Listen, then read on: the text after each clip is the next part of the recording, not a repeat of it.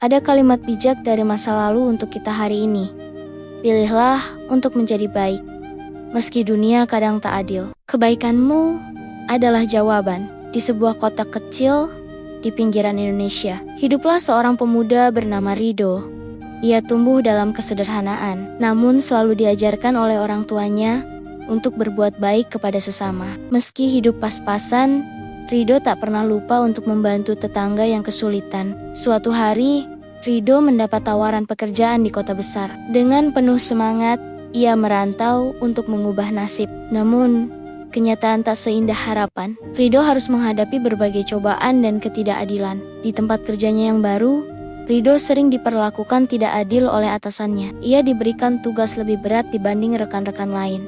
Namun gajinya justru lebih kecil. Beberapa kali Rido mencoba menyampaikan keluhannya, tapi selalu diabaikan. Meski hatinya gundah, Rido teringat nasihat orang tuanya untuk selalu berbuat baik. Ia memutuskan untuk tetap bekerja dengan sepenuh hati dan membantu rekan-rekan yang kesulitan. Sikapnya yang tulus mulai diperhatikan oleh rekan-rekan kerjanya. Suatu ketika, perusahaan mengalami krisis dan harus melakukan pemecatan besar-besaran. Rido pasrah, mengira dirinya akan menjadi salah satu yang diberhentikan. Namun di luar dugaan, justru atasannya yang selama ini berlaku tidak adil, yang dipecat karena terbukti melakukan korupsi. Rido kemudian dipromosikan untuk menggantikan posisi atasannya.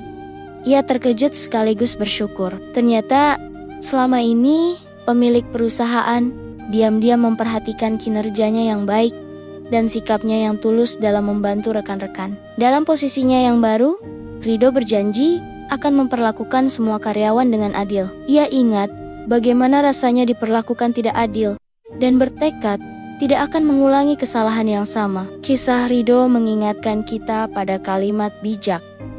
Pilihlah untuk menjadi baik, meski dunia kadang tak adil. Kebaikanmu adalah jawaban. Ada 3 hikmah yang bisa kita petik dari kalimat bijak tersebut. Pertama, kebaikan selalu memiliki nilai. Meski terkadang tidak langsung terlihat hasilnya. Seperti Rido yang terus berbuat baik, meski diperlakukan tidak adil. Pada akhirnya, kebaikannya membuahkan hasil yang tak terduga. Kedua, dengan memilih untuk tetap berbuat baik di tengah ketidakadilan, kita sebenarnya sedang memutus rantai keburukan. Jika kita membalas ketidakadilan dengan keburukan, maka keburukan itu akan terus berlanjut. Namun jika kita membalasnya dengan kebaikan, kita memberi kesempatan untuk mengubah situasi menjadi lebih baik. Ketiga, kebaikan yang kita lakukan bukan hanya berdampak pada orang lain, tapi juga pada diri kita sendiri. Dengan terus berbuat baik, kita melatih diri untuk menjadi pribadi yang lebih kuat dan bijaksana dalam menghadapi berbagai situasi. Kisah Rido mengajarkan bahwa meski dunia terkadang tidak adil, kita selalu punya pilihan untuk tetap berbuat baik. Kebaikan bukan hanya tentang apa yang kita berikan kepada orang lain, tapi juga tentang siapa diri kita dan bagaimana kita memilih untuk menjalani hidup. Mungkin ada saatnya kita merasa lelah dan ingin menyerah.